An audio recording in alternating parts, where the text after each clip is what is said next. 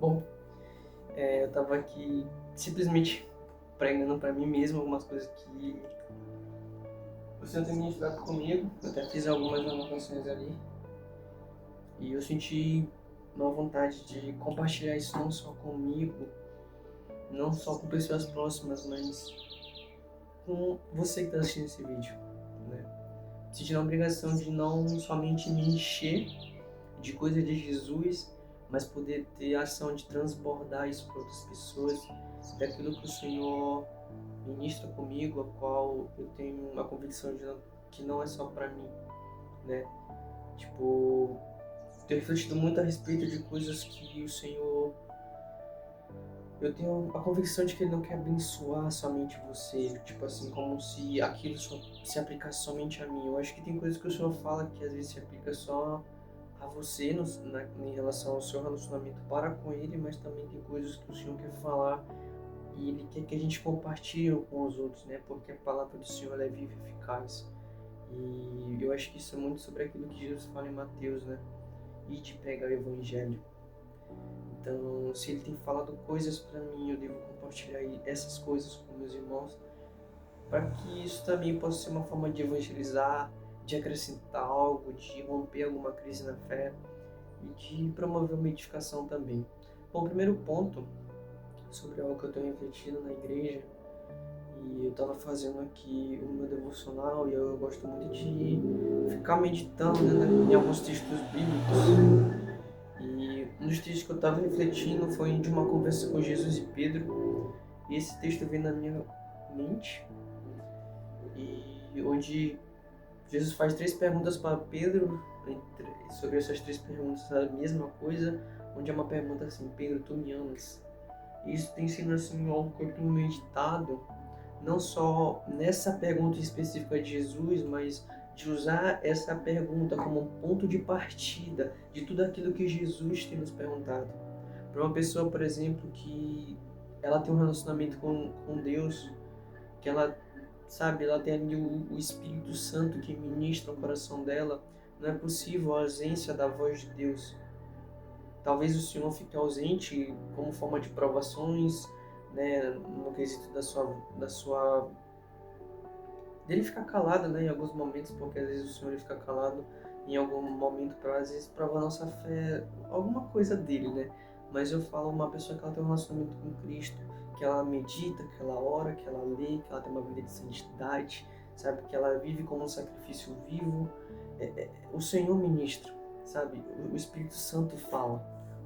Então, e eu creio que diante disso, o Senhor ele tem às vezes falado coisas pra gente que a gente tem pouco dado ibope, posso dizer essa palavra, ou coisas que Jesus tem perguntado pra gente, falado pra gente e a gente não tem se importado muito. Eu fiquei refletindo numa hierarquia que a gente faz da palavra de Deus, né? É algo que o Senhor tem ministrado há muito tempo comigo em relação sobre a hierarquia daquilo que Ele fala. Como se a palavra de Deus ela tivesse mais poder em um culto, porque todos ali vão arrumados, preparados, o ambiente está moldado, as pessoas estão caracterizadas em um padrão de receberem essa palavra, né? É um momento ali que tem um apelo, né?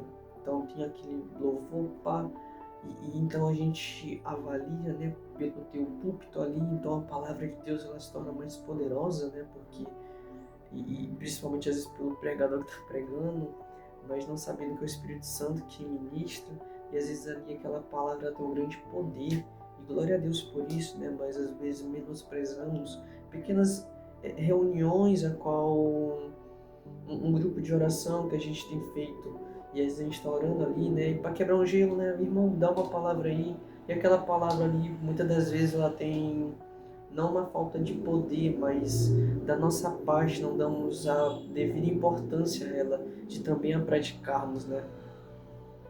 Então, é uma reflexão que eu tenho feito de que a gente tem colocado hierarquias como se a palavra de Deus tivesse hierarquias, né, de poder, no culto ela tem mais poder, em uma célula ela tem um poder mediano, e aí uma pequena reunião, um devocional ela tem menos poder, né? E eu acredito que a palavra de Deus, ela não tem essa hierarquia, ela é poderosa em qualquer ambiente, né? E o que faz ela ser poderosa é a ação do Espírito, né? É porque ela é viva, ela é eficaz, ela é afiada como uma espada, e cabe a nós darmos ouvidos, obedecer, termos o discernimento e praticarmos a nossa vida. Então, essa palavra que eu queria trazer hoje, né, como uma pergunta daquilo que o Senhor tem colocado no nosso coração, tanto como igreja, como individualmente, é a gente se autoanalisar, né? E quando eu falo se autoanalisar, é a gente olhar para dentro de si, né? Ontem a gente estava falando sobre isso na nossa igreja, né? Sobre muitas vezes a gente não atribuir a palavra de Deus a nós mesmos, como se a gente estivesse satisfeito nessa, como não, eu estou praticando isso aqui, não tem por que eu refletir nisso aqui. E às vezes, na pior das hipóteses, até trazer essa palavra não para nós, mas para o outro, né? Tipo, não, essa palavra é para fulano, essa palavra é para aquele bonitão ali. E a gente não associa a mim, tipo, a eu, a você. Isso é muito perigoso, né? Porque às vezes a palavra de Deus ela é ministrada em pequenas reflexões ali, a gente não dá muito ibope, ou às vezes a gente faz uma pequena autoanálise daquilo, né? Tipo, ali a pessoa pregou para uns 10, 15 minutos e você, interessante, verdade, até comenta, né? Mas às vezes ali quando acaba esse momento de reunião, de ministração, às vezes a gente já esquece, não medita mais. E eu fico olhando assim, quando Jesus fala isso para Pedro, Pedro, tu me amas. Eu creio que Jesus não queria somente deixar, não queria fazer com que Pedro ficasse somente decepcionado, entristecido ou condenado, mas eu sinto muito que Jesus queria fazer com que Pedro se analisasse. E por meio dessa pergunta, tu me amas? Tu tem feito isso? Não é somente uma forma de saber que Pedro não estava amando como deveria, né? De Pedro dizer, caraca, eu não estou amando Jesus como deveria. Mas uma forma de ele fazer se analisar e pensar de maneira diferente. Porque na cabeça dele ele estava amando Jesus, mas para Jesus ele não estava amando como deveria. E diante dessa resposta, dessa análise, fazer com que surtisse efeito de uma mudança de mentalidade de Pedro. De olhar para as circunstâncias daquilo que ele analisou e falar, eu não amo Jesus a ponto de morrer por ele. Eu não amo Jesus a ponto de tal coisa. Mas se eu não estou amando Jesus como eu deveria amar a ponto de morrer por ele, eu vou chegar lá. Entende? Se eu não amo Jesus a ponto de fazer isso, bem que eu quero chegar lá para amar Jesus a ponto de fazer isso por ele. Sabe? É uma progressão, né? Então, não somente nessa pergunta que a gente deve se analisar, tipo assim, se eu pergunto para mim, eu posso dizer, Pedro, se Jesus me perguntasse, Pedro, tu me amas? Eu falo sim, Senhor, mas a que ponto eu amo Jesus? Sabe? De analisarmos entre linha aquilo que Jesus nos pergunta. A que ponto eu amo? Será que eu amo Jesus a ponto de vencer meu maior pecado? Será que eu amo Jesus a ponto de ser morto pelo Evangelho?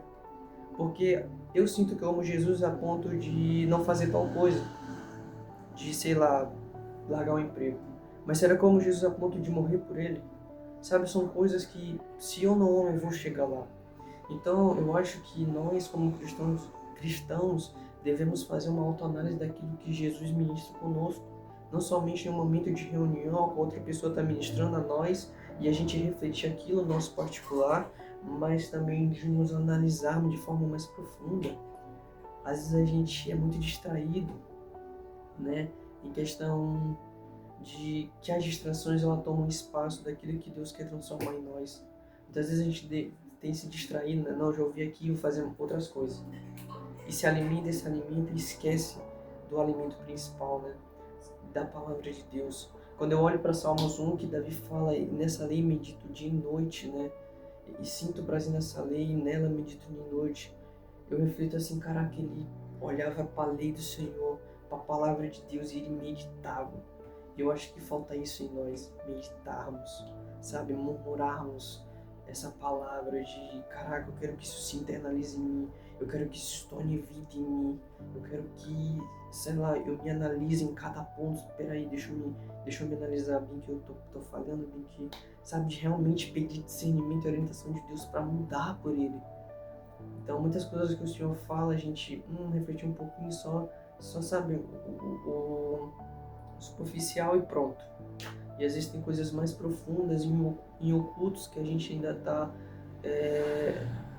com atitudes que desagradam a Deus, mas que a gente ainda não olhou para elas, não somente por falta de discernimento, mas por escolher analisar só o superficial, só por cima. Então a minha oração é que a gente ore por discernimento, para que o Senhor nos dê mais sabedoria, para que a gente venha realmente pedir para Deus: Senhor, me revela mais o que eu preciso, sabe? Para que eu possa olhar para dentro de mim e ver o quão ruim eu sou e preciso do Senhor. Eu espero que esse vídeo abençoe, eu espero que realmente possamos refletir diante disso. E era isso que eu queria trazer, não nem ia gravar esse vídeo, mas eu tava com isso queimando dentro de mim, e que possa isso também queimar no seu coração. Que a partir de quando a gente for, então, somente ouvir, mas também quando a gente for ler, a gente venha se analisar. Pedir o Espírito Santo me ajuda a me analisar. Sabe, sonda-me e vê se é em meu caminho mau. É isso, espero que esse vídeo tenha abençoado. Eu acho que muito disso é a ação do Espírito Santo, mas também a responsabilidade está mais para nós, de que algumas coisas mesmo vai ser assim, né? Eu tive refletindo recentemente o qual a palavra de Deus ela é muito viva, né? E teve momentos assim que recentemente eu evangelizei um amigo meu e eu pedi, né, a orientação do Espírito Santo naquele momento, e eu percebi que eu fui vindo assim um turbilhão sabe, de Bíblia na minha mente. Eu fui falando pra ele, assim, foi tudo alinhando, e eu falei, caraca, isso aqui é muito Deus, cara. E a gente vê, né, quando a gente tem certas coisas que a prática da palavra ela só vai ser aplicada em uma circunstância, né, que ela é falada. Né? Por exemplo, a Bíblia fala para não julgarmos. Tipo assim, beleza, eu não julgo, mas como é que eu posso praticar isso? No momento que a situação vinha a mim ou acontecer, eu vou relembrar da palavra de Deus e vou falar, não, a palavra de Deus fala para mim não julgar, então não vou julgar. É muito nesse sentido, né? Tem coisas que são por agora, mas tem coisas que a gente deve guardar para o momento certo, né? E é isso, espero que esse vídeo abençoe, em nome do Senhor Jesus. Beijo, Deus ama você.